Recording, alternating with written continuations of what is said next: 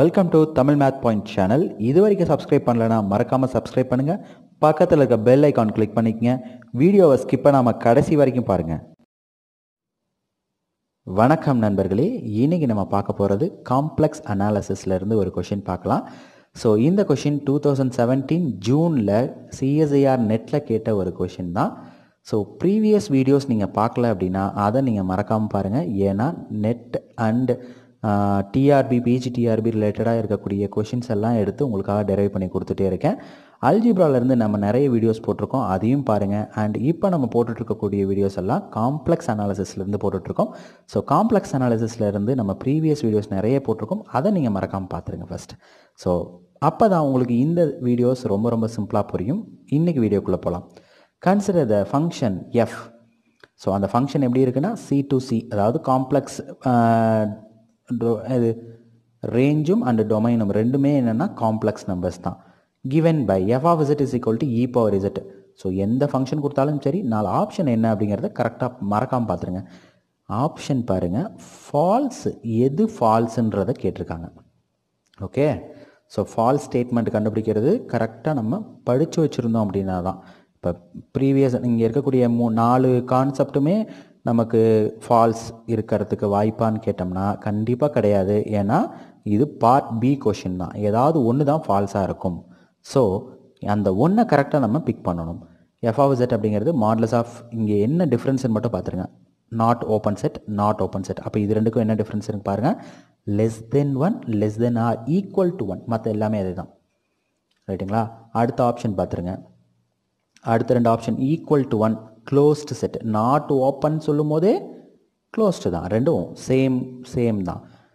Less than or equal to இது மட்டும் different. Right? Greater than 1, unbounded open set. So இப்போது இங்கே இருக்கக்கூடிய எல்லாத்தையும் தெளிவாக ஒரு தடவை படித்தாச்சு. இப்போது ஒரு தியரம் ரிலேட்டடாக தான் எல்லா சம்ஸுமே போயிட்டுருக்கோன்றதை நான் ஒவ்வொரு வீடியோலையும் சொல்லிகிட்ருக்கேன். இதுவும் சேம் பாருங்கள். Open mapping theorem. Open mapping theorem எதை பற்றி சொல்கிறாங்க அப்படின்னா, suppose that F is analytic and non constant is an open set G, then F of G is open. Open set ஜியாக இருக்கும்போது இங்கே கொடுத்துருக்கூடிய எஃப் ஆஃப் இசட்டும் எப்படி இருக்குது? இ பவர் இசட்டுங்கிறது அனாலிட்டிக்கு. நம்ம இ பவர் இசட் அனாலிட்டிக்குன்னு ஆல்ரெடி ப்ரூவ் பண்ணியிருக்கோம். நம்ம சிம்பிள் எப்படி நம்ம சொல்லுவோன்னா, ஒரு யூவி அப்படின்னு நம்ம எடுத்துக்கோம். இ பவர் ஆஃப் எக்ஸ் ப்ளஸ் ஐஒய்ன்னு நம்ம எடுப்போம். இதை நம்ம அனாலிட்டிக் ஃபங்க்ஷனோட ஃபஸ்ட் அனாலிட்டிக் கொஷினாகவே எடுத்து நம்ம டிரைவ் பண்ணி கொடுத்துருக்கோம். அந்த வீடியோ நீங்கள் பார்க்கலன்னா மறக்காமல் பாருங்கள். இ பவர் ஆஃப் இசட்டை அனாலிட்டிக்னு சொல்லியாச்சு.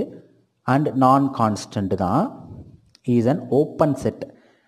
இது இ பவர் ஆஃப் இசட் ஓப்பன்னா எஃப் ஆஃப் ஜியும், ஜி ஓப்பன் சொல்லும் போது எஃப் ஆஃப் ஜி இமேஜும் ஓப்பனாக இருக்கும். அதுதான் open mapping theorem. Simple concept.